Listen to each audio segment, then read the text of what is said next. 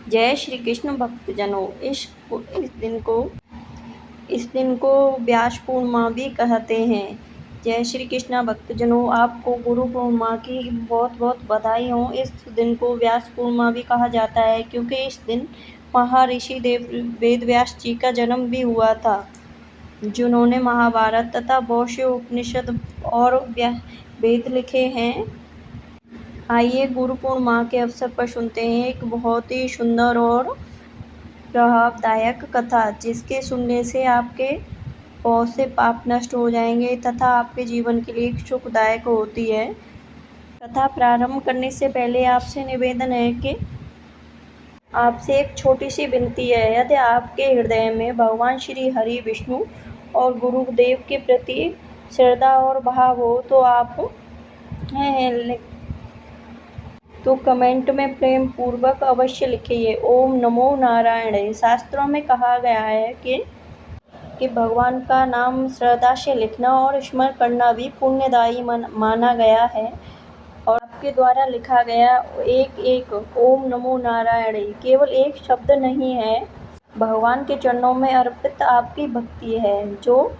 अब आइए गुरु की महिमा का बोध कराने वाली अत्यंत प्रेरणादायक एक कथा सुनते हैं, जो आपको भक्ति के मार्ग पर आगे चल के और ज़्यादा प्रेरणादायक रहेगी और आपको उचित ज्ञान तथा भक्ति प्रदान करेगी। राधे राधे। अब शुरू करते हैं गुरु पूर्णिमा की कथा।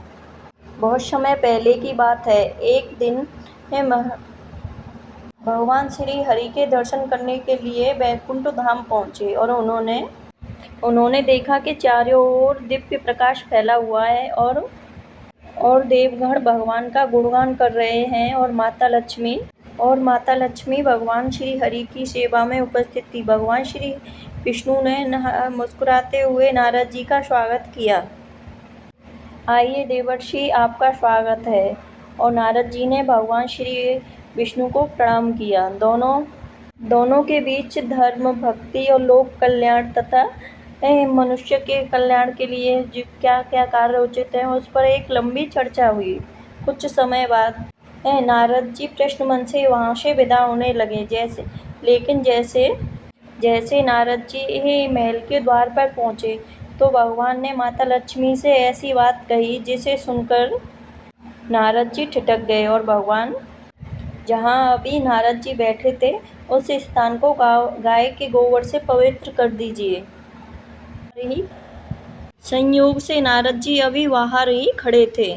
उन्होंने भगवान श्री विष्णु से ये शब्द सुना तो उनके चरण वहीं ठिठक गए, मानो एक पल के लिए पृथ्वी रुक गई हो और उनके मन में अनेक प्रश्न उठने लगे।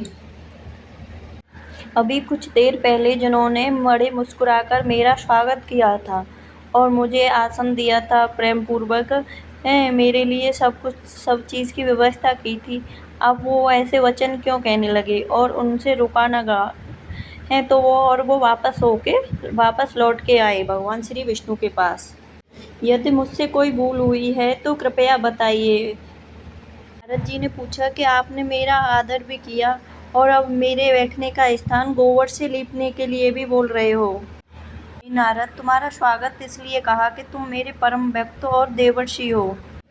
नारद जी ने आश्चर्य से पूछा, भगवान कौन सी कमी है? तो भगवान श्री विष्णु बोले, तुम्हारा कोई गुरु नहीं है। जिस साधक के जीवन में कोई गुरु नहीं होता उसकी साधना पूर्ण नहीं मानी जाती। ये सुनकर नारद जी का सिर झुक गया और नारद जी का सिर आध्यात्म से झुक गया और बोले, प्रभु मैं किसे अपना गुरु बनाऊं? तो विष्णु भगवान बोले, पृथ्वी पर जाओ और जो व्यक्ति तुम्हें सबसे पहले दिखाई दे उसी को अपना गुरु बनाओ। भगवान श्री हरि की आज्ञा का पालन करते हुए नारद जी पृथ्वी पर आ गए और वह चारों तरफ देखने लगे। सबसे पहले नारद जी को एक मछुआरा दिखाई दिया। वह नदी किनारे शांत भाव से अपना जाला बुन रहा था। तो नारद जी के मन में संशय उठने लगा कि ये मेरा गुरु कैसे हो सकता है? ये तो बहुत ही साधारण सा इंसान है, न कोई राज्याभिषेक, न कोई विद्वान, न कोई तपस्वी, ये मेरा गुरु कैसे हो सकता है? पर नारद जी ने सोचा कि मगर भगवान की आज्ञा को भी नहीं टाल सकता, तो वह उस मछुआरे के पास पहुँचे।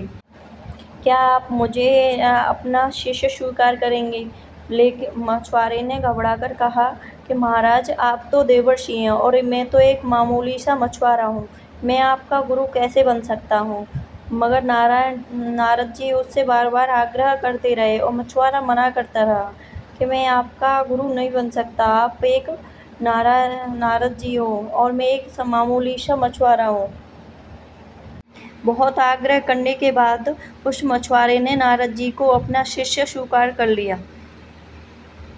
समय बीतता गया और लेकिन नारद जी के मन का अहंकार पूरी तरह समाप्त नहीं हुआ। एक दिन वो फिर नारायण जी के पास पहुंचे और बोले मेरे गुरुदेव को तो शास्त्रों का ज्ञान भी नहीं है और ना वो कोई तपस्वी हैं, तो वो मुझे क्या सिखाएंगे। बस इसी क्षण सब कुछ बदल गया।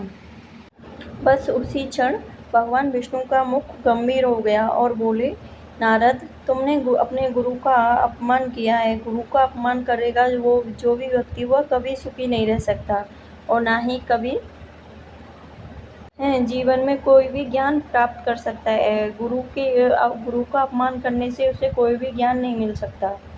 और भगवान विष्णु ने कहा कि मैं तुम्हें श्राप देता हूँ कि तुम 84 लाख योनियों में भटकते रहोगे। ये सुन के नारद जी के पैरों तले जमीन खिसक गई। ये सुनकर नारद जी के पैरों तले जमीन खिसक गई और वह रोने लगे हैं और उन्होंने भगवान विष्णु से कहा है कि मुझे इस संकट से निकलने का उपाय बताइए। तो ये भगवान विष्णु ने कहा, जिस गुरु का अपमान किया है तुम उसी गुरु के पास जाओ, वही या तुम्हें इस संकट से निकलने का उपाय बताएगा।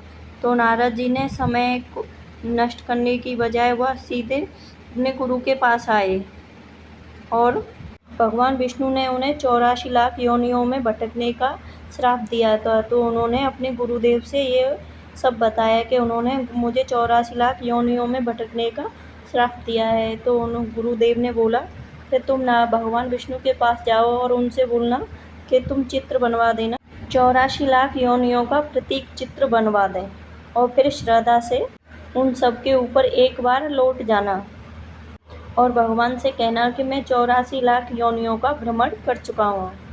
नारद जी ने वैसा ही किया और भगवान विष्णु मुस्कुराए। भगवान विष्णु ने कहा, नारद, तुम जिस व्यक्ति का अपमान कर रहे थे उसी गुरु ने तुम्हें श्राप से बचा लिया। गुरु की महिमा उसके कपड़े तथा गुरु की महानता उसके वस्त्र, व्यक्तित्व तथा उसकी महानता से नहीं आंकी जाती। सच्चा गुरु वही है जो अपने शिष्य को सारी मुसीबतों तथा कष्टों से बचा ले। यह सुनकर नारद जी की आंखों से आंसू निकलने लगे और उन्होंने मन ही मन प्रण किया कि आगे से कभी मैं अपने गुरु की महानता पर कभी शक नहीं करूँगा, ना ही उनका कभी अपमान करूँगा। तभी से कहा जाता है कि गुरु ब्रह्मा गुरु विष्णु गुरु सर्वे नमः। गुरु ब्रह्मा गुरु विष्णु गुरु देवो महेश्वरः गुरु साक्षात परब्रह्म तस्मै गुरुवे नमः। संतों ने भी कहा है, गुरु गूंगे गुरु बावरे, गुरु के रहिए दास, गुरु जो भेजे नरक को तो स्वर्ग की रखिए आस। सच्चे शिष्य का विश्वास कभी डगमगाना नहीं चाहिए। गुरु का प्रत्येक निर्णय शिष्य के कल्याण के लिए ही होता है। वह अपने शिष्य का कल्याण ही सोचता है, अपने शिष्य का कभी बुरा नहीं सोचता। जिसे सच्चे गुरु का मार्गदर्शन मिल जाता है वह जीवन में सही दशा पा लेता है। इस कथा से हमें यही सीख मिलती है कि अपने गुरु का कभी भी अपमान नहीं करना चाहिए तथा गुरु की आज्ञा को अपने शिरोधार्य करना चाहिए और गुरु की आज्ञा का हमेशा पालन करना चाहिए। यदि आपको ये कथा लगी हो तो कमेंट में लिखिए जय गुरुदेव या ओम नमो नारायण। भगवान का नाम लिखना भी प्रेम और शक्ति का दायक होता है तथा हमारे उनके चरणों में हमारे प्रेम का ये होता है कि हम भगवान श्री विष्णु और श्री नारायण की कृपा आप और आपके परिवार पर सदा बनी रहे। जय श्री विष्णु, जय श्री राधे, जय श्री कृष्णा।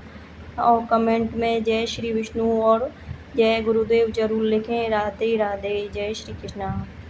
सभी को सभी को गुरु पूर्णिमा की लाख लाख बधाई हो। जय श्री राधे, जय श्री कृष्णा।